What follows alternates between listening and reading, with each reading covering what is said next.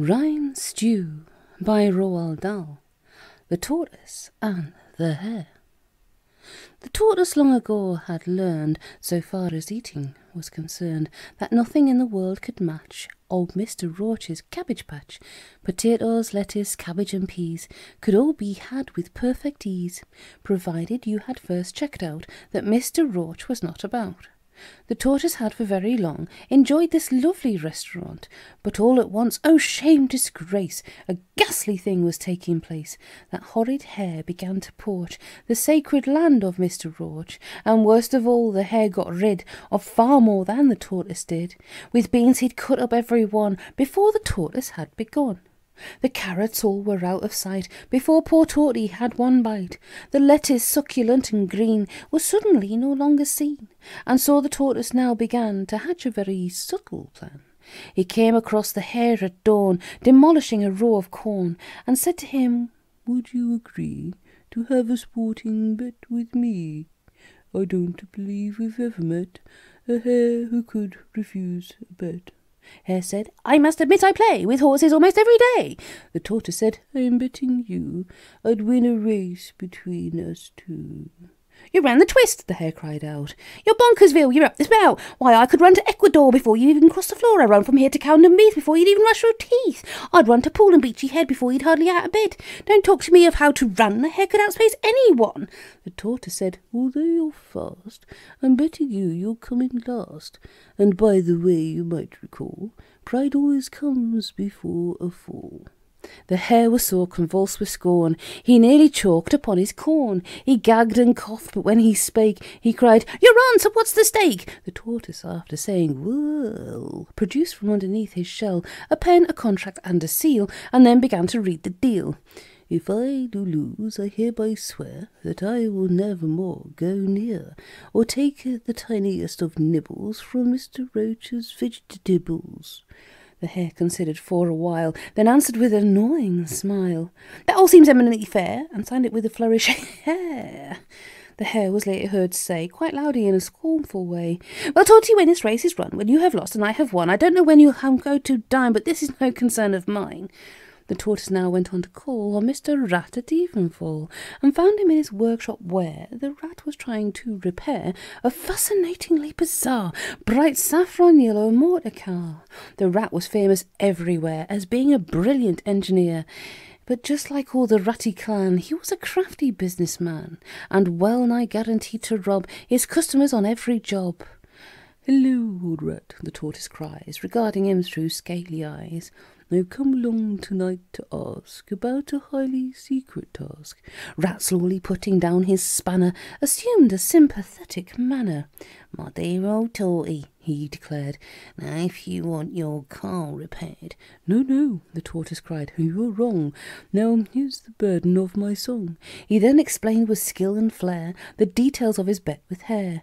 The rat said, "Oh, I do believe there's something fishy up your sleeve. It's obvious if the race was fair, you'd have no chance against the hare. In fact, however much you cheat, you'll never, never, never beat that speedy hare. You are a dope to think you have the slightest hope." The tortoise said, "There is, old rat, more ways than one to skin a cat." Rat cried, "Be sensible, old man. Look, even if I were to ram a red-hot poker up your blaster, you wouldn't travel any faster." "Hold it," the tortoise cried, "my wheeze, and listen carefully, if you please. My brilliant, wonderful idea is that you build for me right here a little four-wheeled motor car that travels fast and very far, which you can screw beneath my shell in such a way no man can tell, not even bright-eyed Mr. Hare, that I've got anything down there. I'll wave my legs and off I'll go, and Mr. Hare will never know what's giving me this wondrous power to run at 60 miles an hour. Oh, rat, I know you'll do it right. The little wheel's just out of sight, the engine tucked away as well, all hidden underneath my shell." The rat was stunned. He stretched his eyes. He stood and shouted with surprise, "By gum, I never would have guessed an ancient bird like you possessed such genius in your upper story. This has to be your path to glory. I'll do the job this very night, provided that the price is right." How much, how much? The tortoise cried. That all depends, the rat replied. Which motor you require on board, a Rolls, a Bentley, or a Ford? The fastest one, the tortoise said. I want a racing thoroughbred. The deal was struck, arrangements made, and willingly the tortoise paid. As soon as Rat was all alone, he tipped up to the telephone and asked to speak to Mr. Hare and said, Hello, it's Ratty here. The Hare said, Hello, Rat, what's new? And how are things tonight with you? The Rat answered, Would you pay a lot to hear about an evil plot? Would you, for instance, give your shirt to know who's going to do you dirt?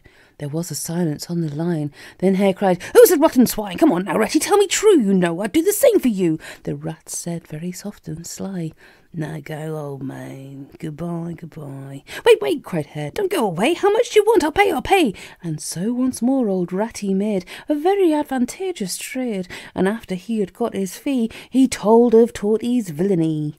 The Hare jumped up and down and cried, That's cheating, he's disqualified. The Rat, with nauseating joy, said, Hate to tell you this, old boy. Your contract simply says you race the two of you from place to place. It doesn't ban the clever use of engines giving extra juice. I'm cooked, the Hare yelled out. I'm done, I'll lose my favourite restaurant. The Rat said, slimier than ever, Are you forgetting rats are clever? I'm sure arrangements could be made, provided extra cash is paid. I could, for instance, guarantee, in token of this extra fee, that irrespective of how fast the tortoise goes, you won't be last. I'll see that his tyres go flat. I'd guarantee it, said the Rat. How much? The other cried. An awful lot, the Rat replied. The Hare now paid a second bill, and Dirty Rat got richer still. This thrilling epoch-making race was by agreement taking place along the road beneath the hill to finish by the barley mill. The Rat meanwhile had tipped a load of spiky nails across the road, then hid himself, when that was done, behind the hedge to see the fun. Spectators all along the way had come to watch and shout, Hooray! The field mice, weasels, hedgehogs, storks, and rabbits in their furry coats all lined the route and waved their flags and picnicked out of paper bags. An ancient fox who ran the show yelled out, Get ready, steady, and go! Now Torty gunned his great machine, and off he went in clouds of steam, and soon, because of all that power, was doing 50 miles an hour. Each time he had to change a gear, black smoke came belching from his rear. Each time he had to use the brake, his shell began to crack and shake. But oh, it was a wondrous thing to see a tortoise on the wing. I'm going to win with legs to spare, the tortoise yelled to Mr. Hare. Oh, no, you're not, the Hare replied, for I've got Ratty on my side. And just a moment after that, all four of Torty's tyres went flat. He had to stop, he had no choice, and Hare, in an exultant voice, cried out, Well, that's the end of you. Stand back, I'm coming through.